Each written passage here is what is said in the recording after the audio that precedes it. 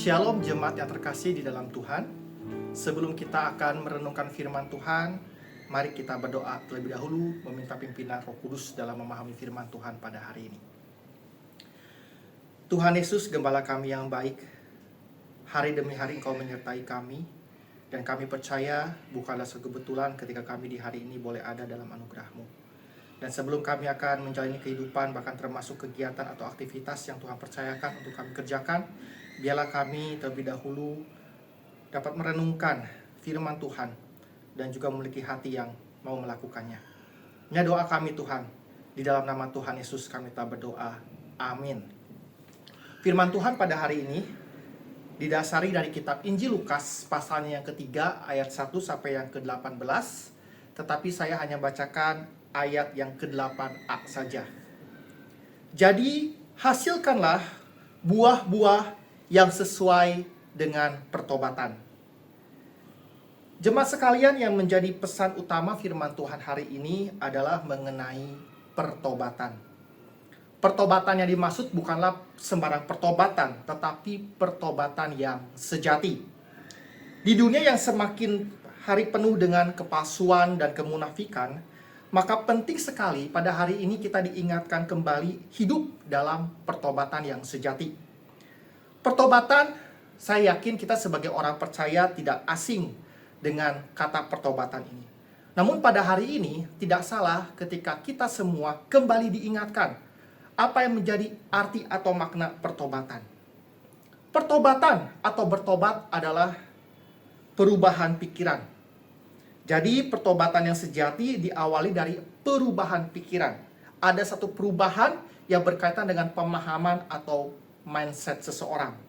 Dan untuk kata perubahan itu sendiri erat kaitannya dengan arti berbalik kepada Allah. Jemaat sekalian, pertanyaannya adalah, mengapa saya dan saudara harus mengalami pertobatan atau perubahan yang berbalik kepada Allah? Jawabannya karena manusia, kondisi yang telah jatuh dalam dosa. Dalam keberdosaan kita, maka seruan pertobatan ini patut kita dengar kembali. Karena jika kita tidak mempedulikannya dan memperhatikannya, maka hukuman Allah menanti. Dan hal ini bisa kita lihat di ayat yang 9 dan 17. Saya akan bacakan. Kapak sudah tersedia pada akar pohon, dan setiap pohon yang tidak menghasilkan buah yang baik akan ditebang dan dibuang ke dalam api. Ayat 17, alat penampis sudah di tangannya untuk membersihkan tempat pengirikannya dan untuk mengumpulkan gandum ke dalam lumbungnya. Tetapi sekam akan dibakarnya dalam api yang tidak terpadamkan.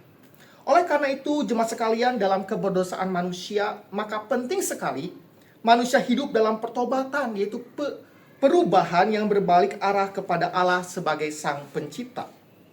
Seorang bernama A.W. Tozer mengatakan, pertobatan sejati akan selalu menghasilkan perubahan arah dari dunia menuju Allah. Saat diri kita berbalik kepada Allah, maka akan berdampak bukan hanya dalam cara kita berpikir, tetapi juga dalam menentukan arah tujuan. Jemaat sekalian, saat dunia memiliki arah dan tujuan yang semakin jauh dari tujuan awal Allah menciptakan, sehingga tidaklah mengherankan dunia ini semakin rusak. Setiap hari kita menemukan kejahatan demi kejahatan dan manusia semakin egois. Maka keberadaan kita sebagai anak Tuhan yang telah mengalami penebusan dan pertobatan sejati harus menunjukkan sesuatu yang berbeda. Tadi saya telah sampaikan bahwa pertobatan berarti perubahan pikiran dan arah yang kembali kepada Allah. Maka salah satu bukti seseorang mengalami pertobatan yang sejati adalah ia memiliki hati untuk melayani dan menolong orang. Karena ia berbalik kepada Allah yang adalah kasih, maka hatinya bukan hati yang hanya mementingkan diri sendiri, tetapi hati yang memperhatikan atau mempedulikan orang lain.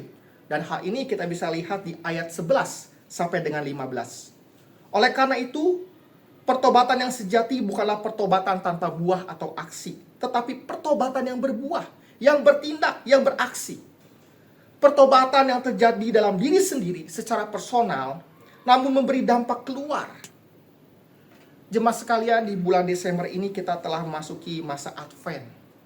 Masa Advent adalah masa di mana kita memperingati kedatangan Kristus yang pertama dalam kelahirannya, dan sambil menunggu waktu kedatangan Tuhan Yesus yang kedua kali. Dan dalam masa penantian kedatangan Kristus yang kedua kali, saya mengajak kepada setiap kita orang percaya yang telah ditebus dan merasakan kasih Tuhan, mari tunjukkanlah buah pertobatan itu. Pertobatan yang bertindak atau beraksi. Tuhan Yesus memberkati. Mari kita berdoa. Tuhan Yesus, kiranya firman Tuhan yang telah kami dengar, bukan kami simpan sebagai satu pengetahuan, tapi sungguh Tuhan itu juga yang mengubah hidup kami. Pertobatan kami bukanlah sembarang pertobatan, tapi pertobatan yang sejati. Pertobatan yang menunjukkan buah. Pertobatan yang ada satu tindakan untuk asih, yang tentu saja Tuhan berdampak bagi saudara seiman kami. Sehingga keberadaan kami, kehadiran kami sebagai orang percaya, dimanapun Tuhan tempatkan, sungguh kami bukan hanya dilihat, tetapi juga dapat dirasakan oleh saudara seiman kami. Menebarkan kasih Kristus kepada saudara seiman kami, bahkan juga kepada mereka yang belum percaya. Inilah doa kami Tuhan.